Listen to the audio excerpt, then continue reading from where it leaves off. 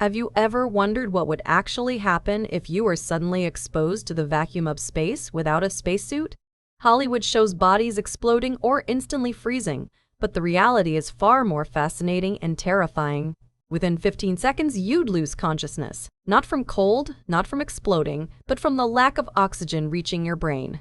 Your blood wouldn't boil inside your veins like many think, because your circulatory system maintains enough pressure to prevent that. However, the moisture on your tongue and in your eyes would begin to boil away due to the near-zero pressure environment. You wouldn't freeze immediately either. Space is a vacuum, which means there's no air to conduct heat away from your body. Instead, you'd lose heat very slowly through thermal radiation. Your skin would swell as the water vapor in your tissues expanded, making you look bloated. But here's the most disturbing part. If you tried to hold your breath, the air in your lungs would expand rapidly and could rupture your lung tissue.